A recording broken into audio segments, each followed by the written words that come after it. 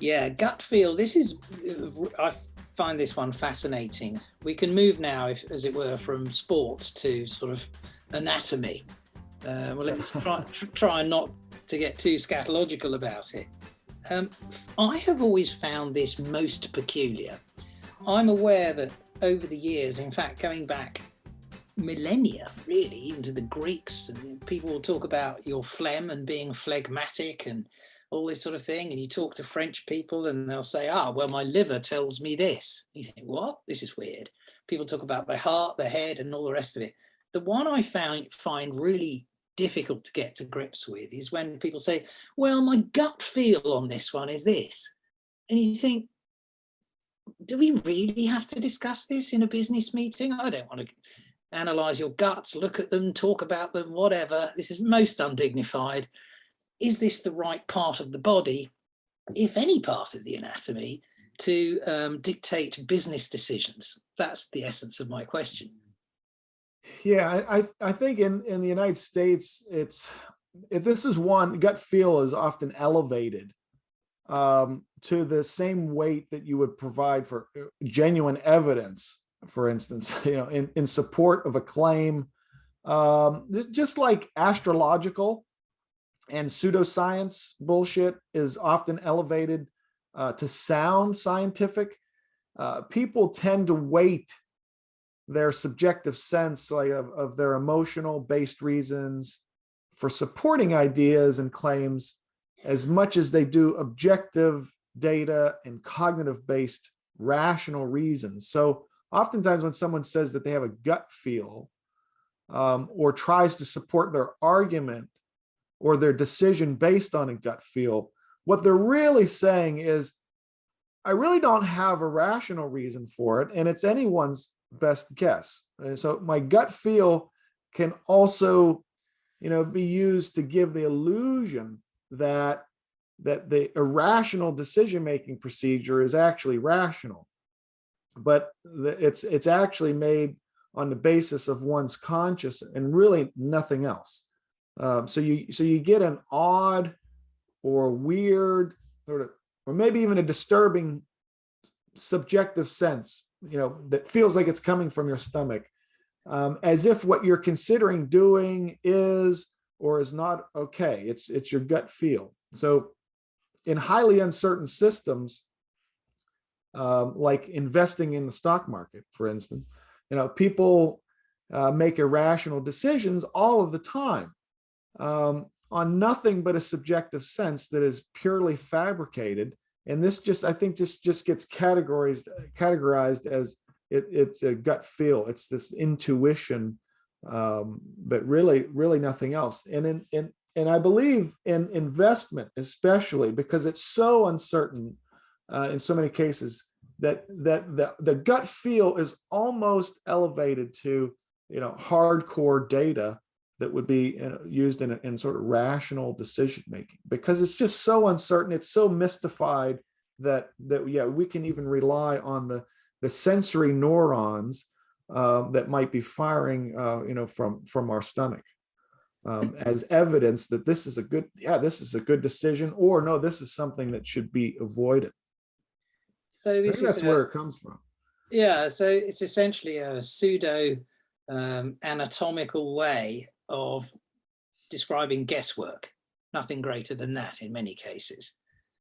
I have an additional question for you, which has always intrigued me. People say, oh, this is the right strategy. To which the reasonable next question is, how do you know? And of course, they don't. Absolutely. For the same reason, right?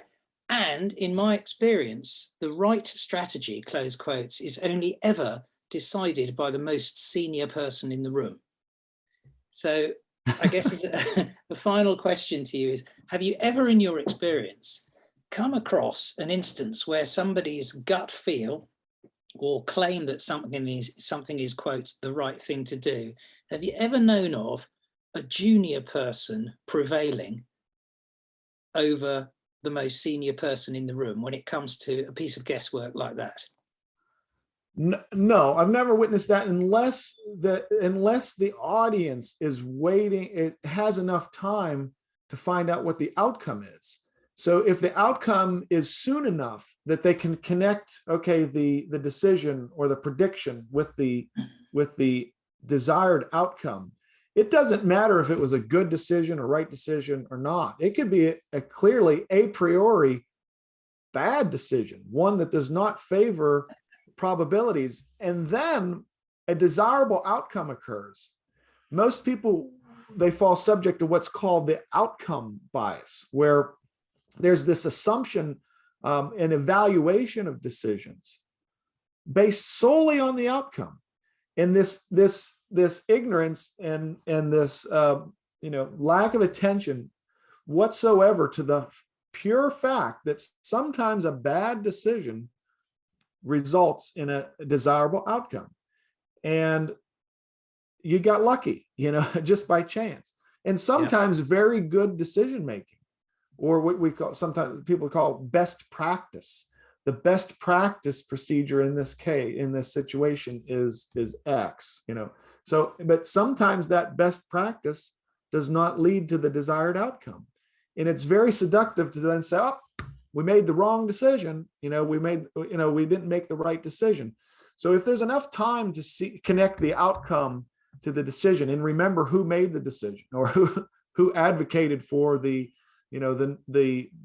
action or lack thereof, I think that's the only time where you could see a junior, maybe gaining, some points over the leader. But the outcome bias is extremely seductive, and you'll get it, but also best practice, I think, is related to this same idea sometimes where you're saying, Kevin, that the right decision, is that may be analogous to the best practice, but most best practices, no one knows exactly how they were developed, why they were developed, and whether or not that's actually best practice. I mean, oftentimes there's very little connection to, hardcore boots on the ground data that show that, yes, this is the most successful or most effective practice to be using in this situation.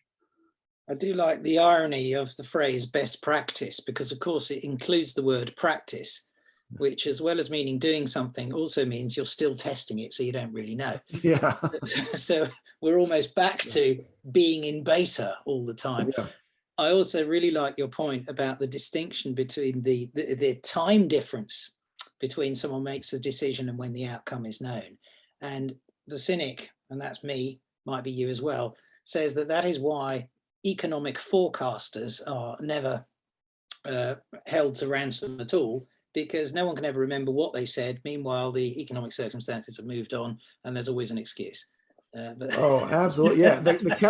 In their calibration is horrible if you track it, But it's interesting that with weather forecasters, people are often critical of weather forecasters because they do remember what they predicted.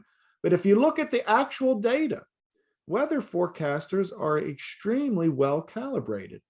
If they say it's a 40% chance of rain, 40% of the time it rains in that town or that city.